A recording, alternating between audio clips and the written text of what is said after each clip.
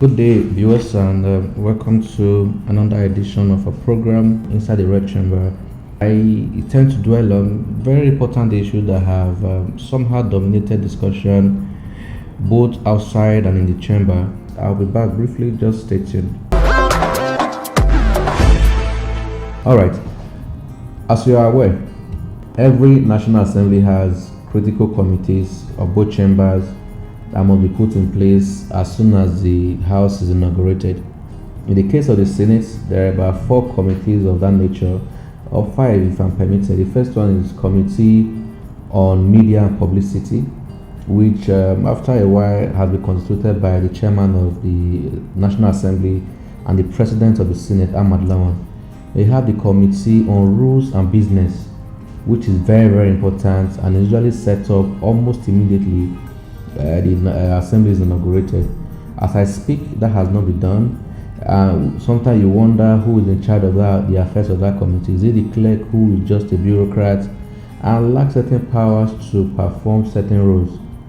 I don't know, but maybe you can help if you think he's doing the right thing by being silent on that very important committee.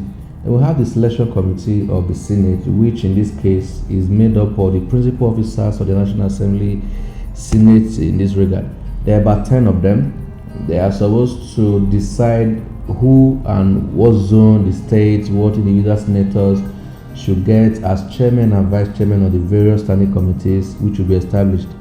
The House of Representatives did theirs almost immediately after inauguration, but in the case of the Senate, the president, Ahmad Lawan, is still for dragging, and it's not clear why that has not been done. But it's a cause for concern, and if you're a Nigerian and you wanted to do something as fast as they can, I think you should send the right message to them. They will also have an important committee.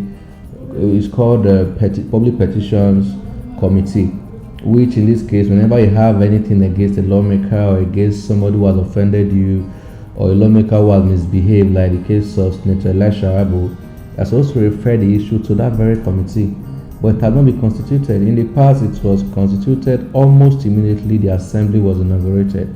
But now, as I speak now, is silent on the constitution of that committee. It is a call for concern. Then another committee, which will be the last one for me, the Committee on Public Accounts, is a statutory committee recognized by the constitution of the country, and usually headed by a member of the opposition party. So since it's already clear who to head in that committee, people are like wondering, you don't have to wait for the normal processes before you announce the membership or the headship of the committee. But that has not been done either. Is it okay to call Ahmad Lawan Mr. Go-Slow, or just taking his time to ensure that he does not repeat mistakes of the past? With time, we will know, but for now, we just have to wait, like waiting for Godot if you've read that book. I'll be back shortly to talk about the other two issues. Just stay tuned. There's another one which I spoke about, the second issue, which is what some people, including viewers, have termed the deliberate refusal by the Senate president to appoint some key aides. Initially, when he was elected as president of the Senate, he made some appointments, including media aides, which got some form of backlash. Many people were not happy with the selection. Some wonder why he decided to retain key guys who work with the immediate past president of the Senate, Bukola Saraki. He also appointed somebody, some persons have termed a closer, a consistent opponent of the party who is always criticizing the activity of the president or APC as a whole. Eventually, he reneged and said he was no longer going ahead with the appointment.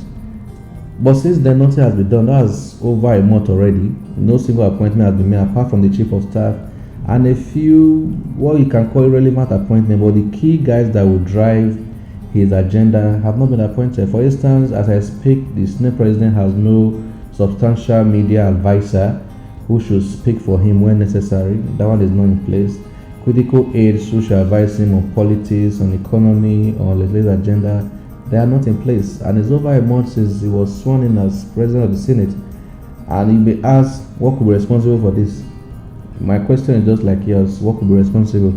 So whoever can talk to the president of the Senate, maybe he can be told that Nigerians are worried and they want to know what could be responsible for this long delay. He has waited for too long. It's time to act so that we can move to the next level, like he always jokes with on the floor of the Senate. I'll be back again to discuss the last point. Just stay with me. Yeah, welcome back. The last issue I'll talk about is what many Nigerians, including myself, have often talked about, that the current assembly may be an appendage or a rubber stamp of the executive.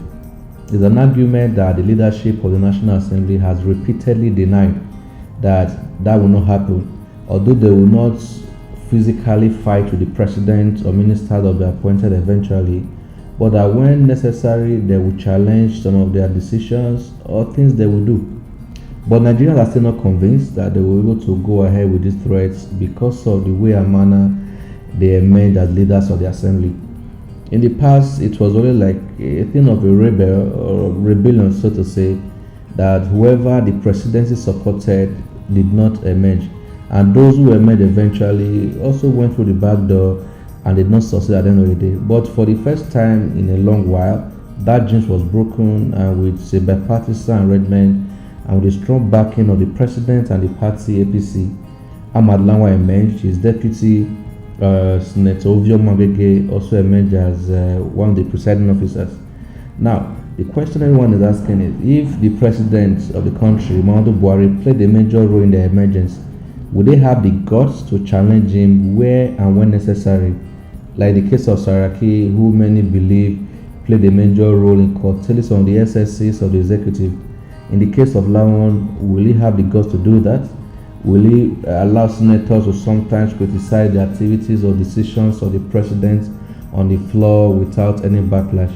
Those are some of the questions that have been asked, or those answers have been provided, but some still believe that they are not convincing enough, that they need to do more to convince Nigerians that there will be an independent legislature that will be on the side of the people first, before loyalty to the president or the party upon which they rose to power. I can't dwell so much on it because I'm supposed to allow you as viewers or listeners decide what you think is best. So you can follow some of our social media handles. Let's hear your reaction. Let's know what you think. Rest assured that if you do that, we'll back here to read some of your comments and also relay what you think should be done to those who should do the right thing. Until I come your way again, my name is Fred Itwal.